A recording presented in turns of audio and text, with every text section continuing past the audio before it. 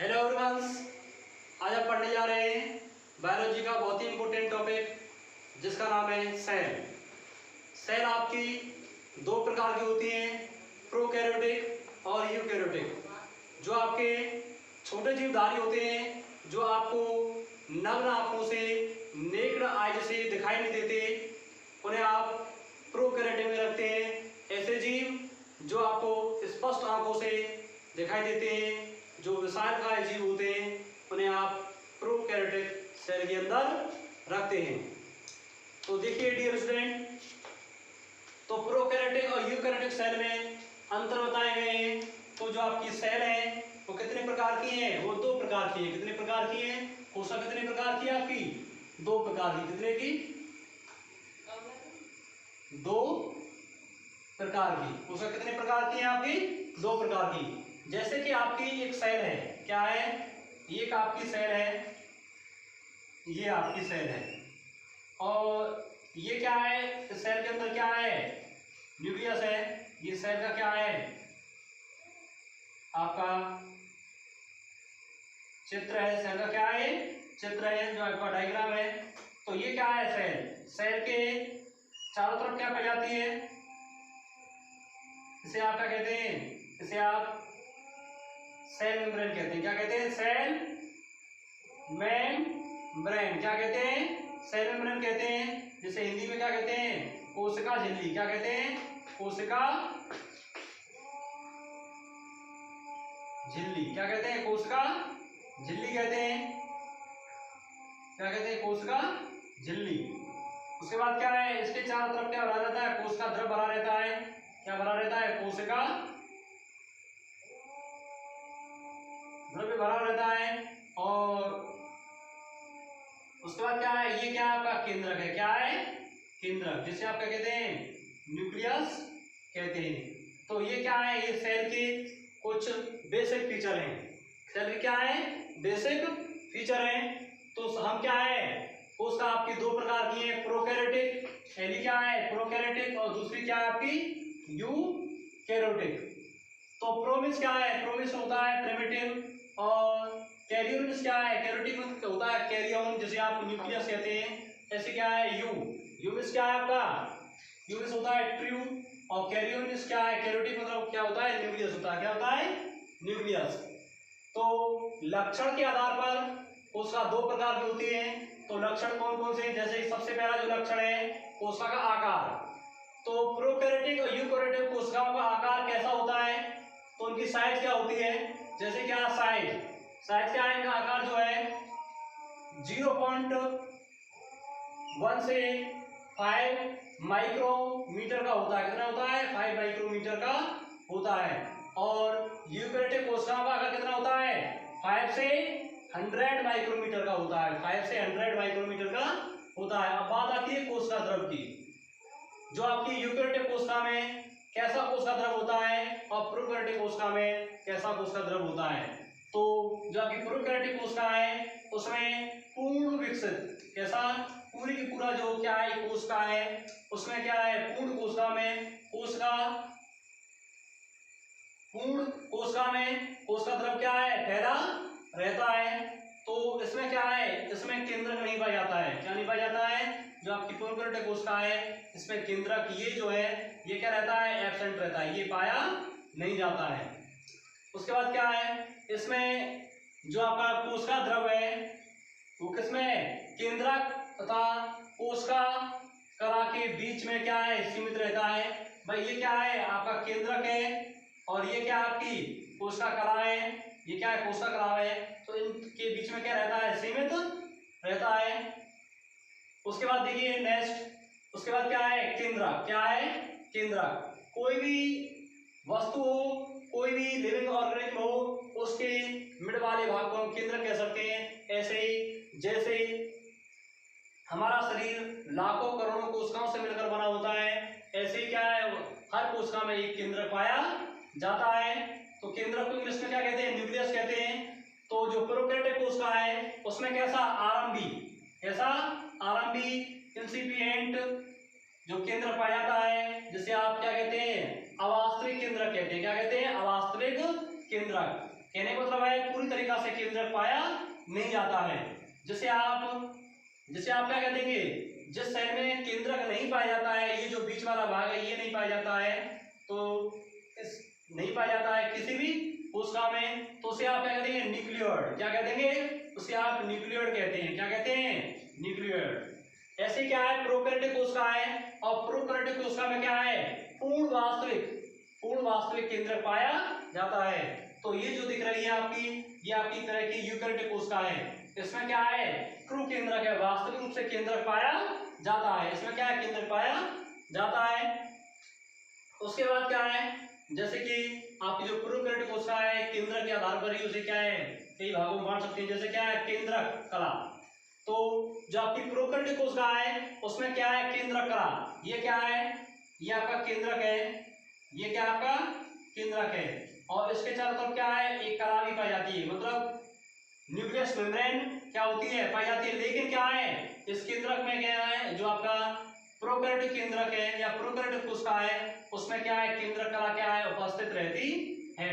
क्या रहती है, अनुपस्थित रहती है। उसके बाद क्या है, आपका यूकैरियोटिक है, और यूकैरियोटिक में क्या है, केंद्रक कला क्या है, पाई जाती है। इसमें क्या है, ये यूकैरियोटिक है, इसमें केंद्रक कला पाई जाती या केंद्रक कला उपस्थित रहती है।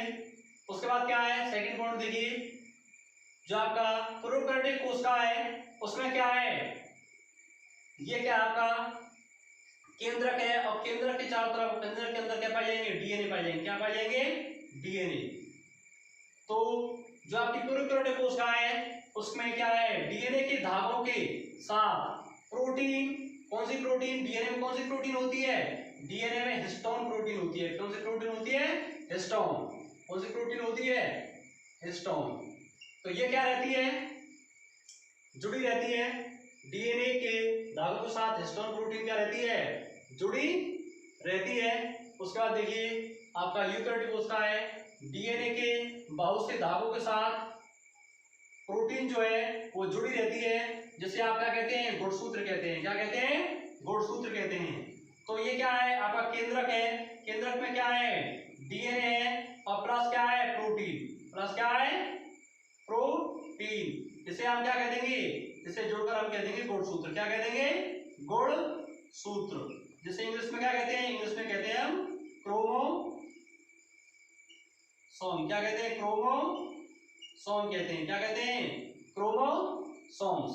ठीक है डियर स्टूडेंट, आगे देखिए, जो आपकी कोशिका है, कोशिका के चारों तरफ जो आपका कोशिका द्रव होता है, इसमें बहुत सारे क्या है, कोशिका अंग पाए जाते हैं। क्या पाए जाते हैं, कोशिका अंग। तो कोशिका अंग किसे कहते हैं, कोशिका के अंदर भी अंग पाए जाते हैं। आपकी एक जो एडल्ट व्यक्ति होता है उसमें क्या है, जो क्या होता है, एडल्ट, कैसा, एडल्ट व्यक्ति होता है, जो वयस्क व्यक्ति होता है, उसमें 10 की पावर 14 कोशिका पाई जाती है। कहने का मतलब क्या है, जब आप 10 का क्या है 14 बार मल्टीप्लाई कर देंगे तो जितनी संख्या आएगी उतनी कोशिकाएं क्या है, एक एडल्ट व्यक्ति में पाई जाती हैं। तो कोशिका के चारों तरफ क्या है, अंदर क्या है, कोशिका द्रव पाया जाता है, उसके अंदर क्या है, कोशिकाएं पाई जाती है। जैसे जिनके नाम में लिख रखे हैं कुछ के नाम, जैसे क्या है, गोल्जी का है, जिसे आप क्या है, गोल्जी बॉडी भी कहते हैं। क्या कहते हैं, गोल्जी बॉडी। क्या कहते हैं, गोल्जी बॉडी भी कह देते हैं। तो गोल्जी बॉडी, ईआर का मतलब क्या है, एंडोप्लाज्मिक रेटिकुलम, जिसे आप क्या कहते हैं, अंत प्रदवी जालगा के नाम से जानते हैं। उसके बाद क्या है, लवक, जिसे आप प्लास्टिड कह देते हैं। और क्या है, माइटोकॉन्ड्रिया। माइटोकॉन्ड्रिया क्या होती है, पावर हाउस ऑफ सेल होती है। ये क्या है, जो आपकी प्रोकैरियोटिक कोशिका है उनमें क्या है, ना तो गोल्जी का है, ना ईआर, ना ही लवक, ना ही माइटोकॉन्ड्रिया।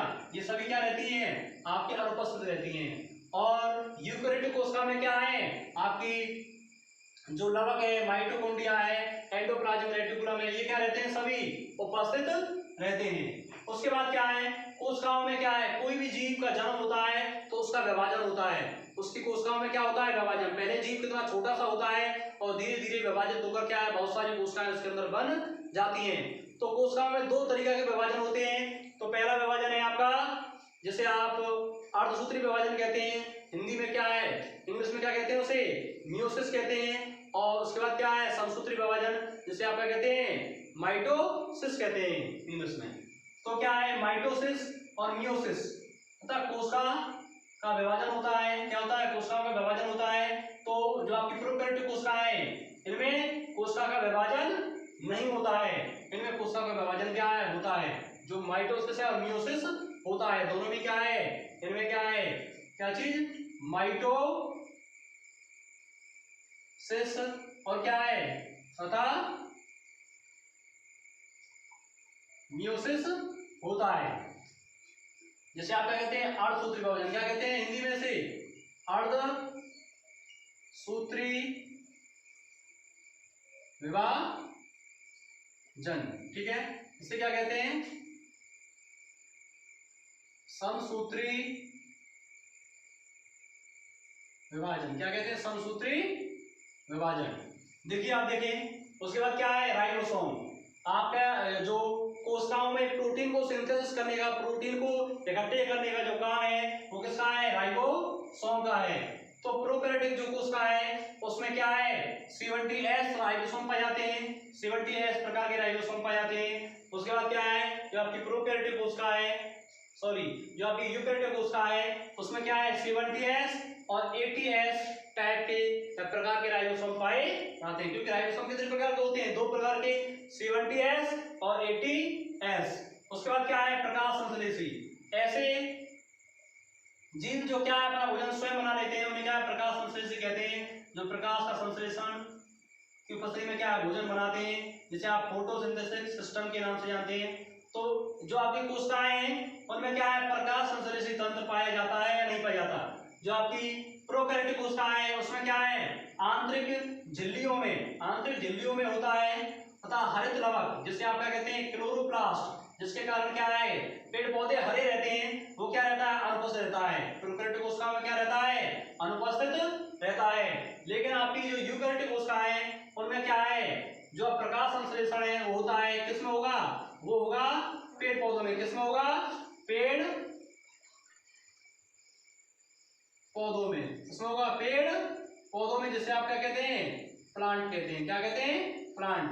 तो जो ये हरित लवक किसमें पाया जाता है पेड़ पौधों में पाया जाता है और में क्या है प्रकाश संश्लेषण की प्रक्रिया होती है। अब देखिए कशाभिका, क्या चीज कशाभिका।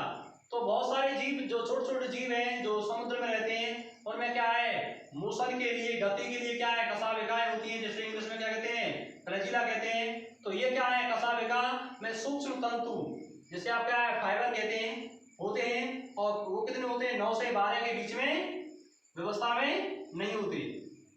तो जो कशाभिका है वो आपकी क्या है प्रोकैरियोटिक कोशिका में क्या है अनुपस्थित रहती है या व्यवस्था में नहीं होती है। लेकिन आपकी जो यूकैरियोटिक कोशिका है उसमें कशाभिका क्या है पाई जाती है। जो सूक्ष्म नलिकाओं में क्या है कशाभिका व्यवस्था में रहती है पाई जाती है।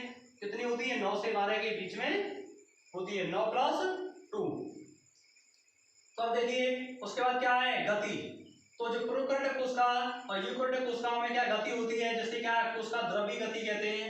और इनमें क्या है प्रोकैरियोटिक में क्या अनुपस्थित रहती है और यूकैरियोटिक में क्या है उपस्थित प्रेजेंट रहती है। उसके बाद क्या है लैंगिक, इसमें क्या है जनन भी होता है। क्या होता है जनन। तो प्रोकैरियोटिक कोशिकाओं में कैसा जनन होता है, तो लैंगिक जनन होता है या नहीं होता है। तो प्रोकैरियोटिक कोशिकाओं में क्या है लैंगिक जनन क्या है एब्सेंट रहता है, होता भी है तो बहुत कम विकसित होता है। लेकिन आपकी जो यूकैरियोटिक कोशिकाएं हैं उनमें क्या है पूर्ण विकसित क्या है जो आपका वेल डेवलप लैंगिक जनन होता है। प्लांट और एनिमल क्या है आपके इसी कोशिका के अंदर पाए जाते हैं। उसके बाद क्या है 11 जो पॉइंट है वो क्या है कोशिका कंकाल। कोई भी जीव हो उसके अंदर कंकाल भी पाया जाता है।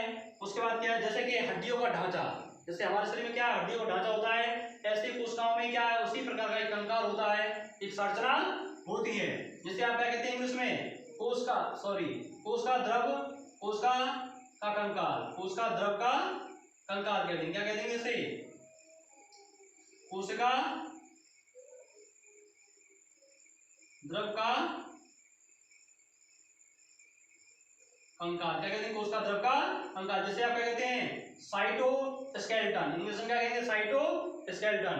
तो क्या है जो आपकी प्रोकैरियोटिक कोशिकाएं हैं उनमें क्या है, कोशिका द्रव जो कोशिका कंकाल है पाया नहीं जाता है, पाया नहीं जाता, अनुपस्थित रहता है। और इनमें क्या है, पाया जाता है। तो जो आपकी यूकेरियोटिक कोशिकाएं हैं उनमें क्या है, कोशिका कंकाल पाया जाता है। तो ठीक है डियर फ्रेंड, अगर आपको वीडियो पसंद आया हो शेयर लाइक सब्सक्राइब जरूर करें।